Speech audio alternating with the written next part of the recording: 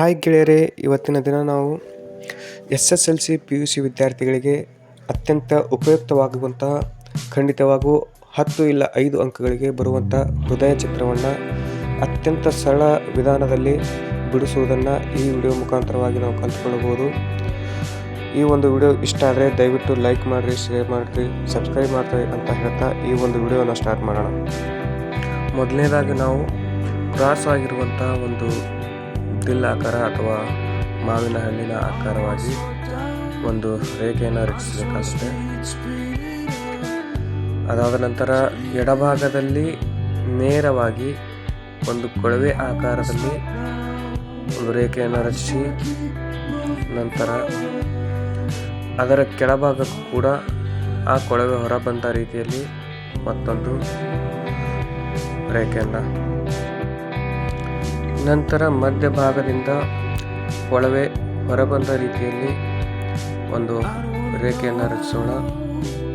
ಮಧ್ಯಭಾಗದಿಂದ ಹೊರಬಂದ ರೀತಿಯಲ್ಲಿ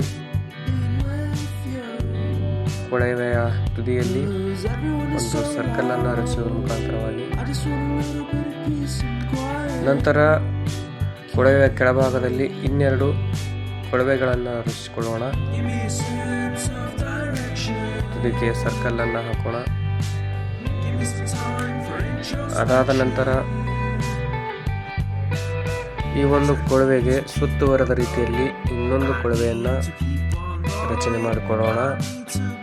ಮೇಲ್ಭಾಗದಲ್ಲಿ ಸ್ವಲ್ಪ ಫೇಸನ್ನು ಬಿಟ್ಕೊಂಡು ಈ ಕೊಳವೆಗೆ ಸುತ್ತುವರೆದ ರೀತಿಯಲ್ಲಿ ಈ ರೀತಿಯಾಗಿ ರಚನೆ ಮಾಡಿಕೊಳ್ಳೋಣ.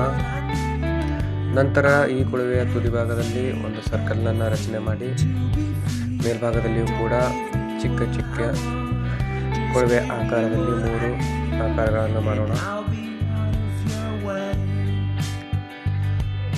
ಇದಾದ ನಂತರ ಈ ಮೊದಲನೇ ಕೊಳವೆಗೆ ಎಡಭಾಗದಲ್ಲಿ ಹೊರಬಂದ ರೀತಿಯಲ್ಲಿ ರಚನೆ ಮಾಡೋಣ. ಅದೇ ರೀತಿಯಲ್ಲಿ ಕೆಳಗೆ ಇರತಕ್ಕಂಥ 2 ಕೊಳವೆಗಳನ್ನು ನೇರವಾಗಿ ರಚನೆ ಮಾಡಿ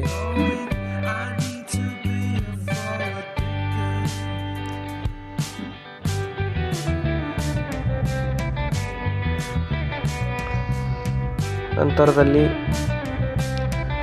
ಈ ಭಾಗದಲ್ಲಿ ಒಂದು ಚಿಕ್ಕ ಸರ್ಕಲನ್ನು ರಚನೆ ಮಾಡಿಕೊಂಡು ಆ ಸರ್ಕಲ್ನ ಕೆಳಭಾಗದಲ್ಲಿ ನೇರವಾಗಿ ಬಾರ್ಡರ್ ರೀತಿಯಲ್ಲಿ ಈ ರೀತಿಯಾಗಿ ರೇಖೆಯನ್ನು ರಚಿಸಿಕೊಂಡು